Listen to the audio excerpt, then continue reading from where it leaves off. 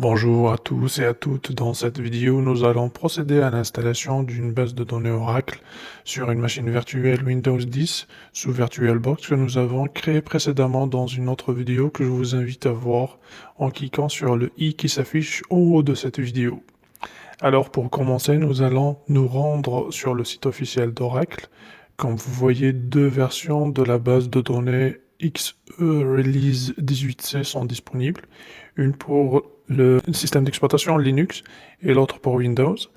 Comme nous avons une machine Windows, nous allons donc choisir la version Windows. En cliquant sur ce lien, une fenêtre s'affiche. Nous invitons à accepter les termes de la licence Oracle. Vous pouvez aller les consulter en cliquant sur ce lien. Pour poursuivre, nous allons simplement cliquer sur cette case. Ensuite, on clique sur le bouton Download. Il va falloir aussi ouvrir une session. Nous allons donc nous connecter.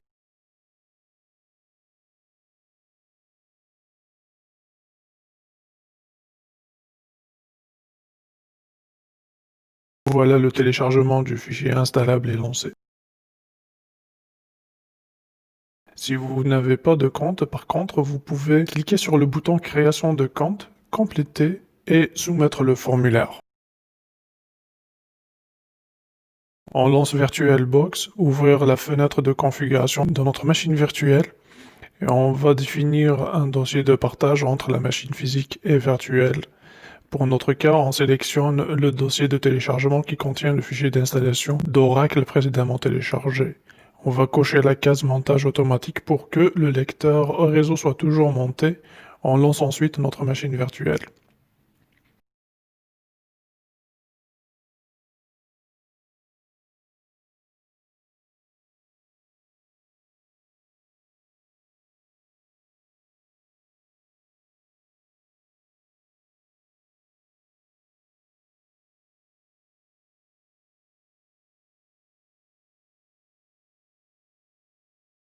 En ouvrant le gestionnaire de fichiers et en nous rendant sur ce PC, nous allons pouvoir avoir accès au dossier de partage que nous avons défini précédemment.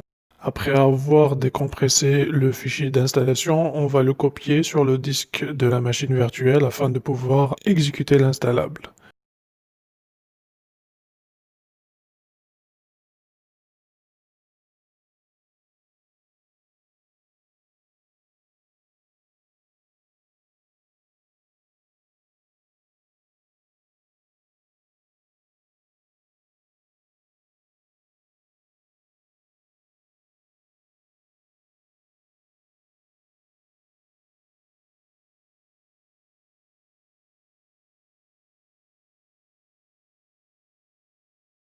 Ensuite, on lance l'installation en double-cliquant sur le fichier Setup. Une fenêtre de demande d'autorisation d'apporter des changements au système est affichée.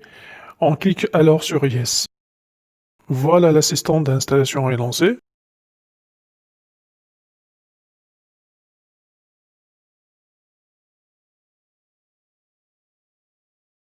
Une fenêtre de bienvenue s'affiche. On clique sur Next. Cet écran nous invite à lire les termes de la licence et éventuellement à les accepter.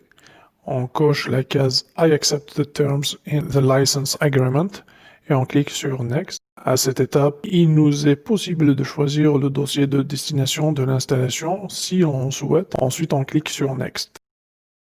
Maintenant, il faudrait saisir le mot de passe pour les utilisateurs SIS, système et PDB-admin. Il faut bien prendre note que c'est le même mot de passe qui va être attribué aux trois comptes utilisateurs. Et on clique sur Next.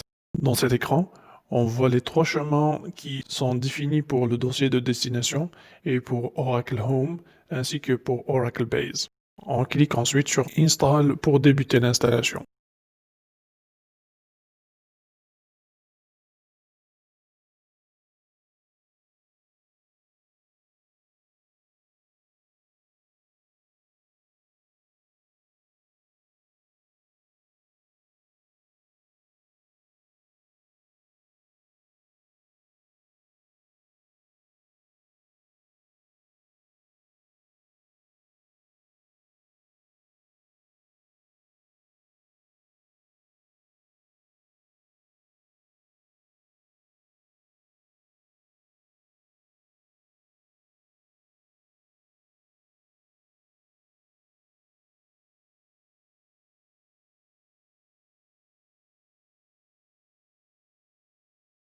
Ici, il nous est demandé d'autoriser l'accès à Java qui a été bloqué par le firewall. Pour ce faire, on va cliquer sur Allow Access.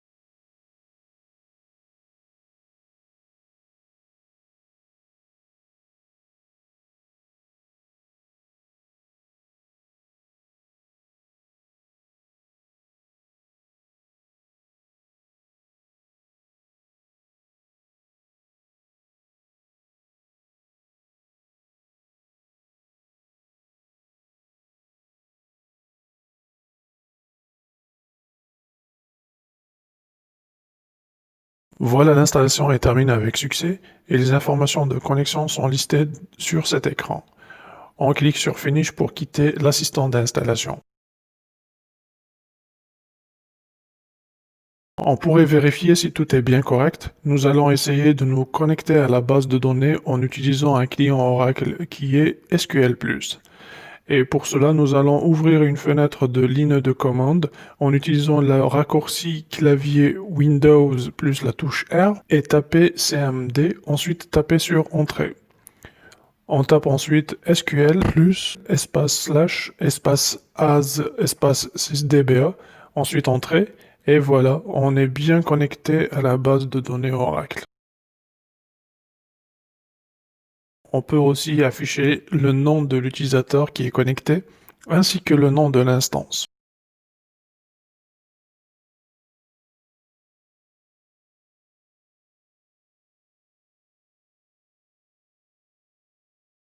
Voilà arrivé à la fin de cette vidéo, merci de l'avoir suivi jusqu'à la fin et n'oubliez pas de vous abonner et d'activer la notification pour recevoir des nouvelles de la chaîne Passion de données.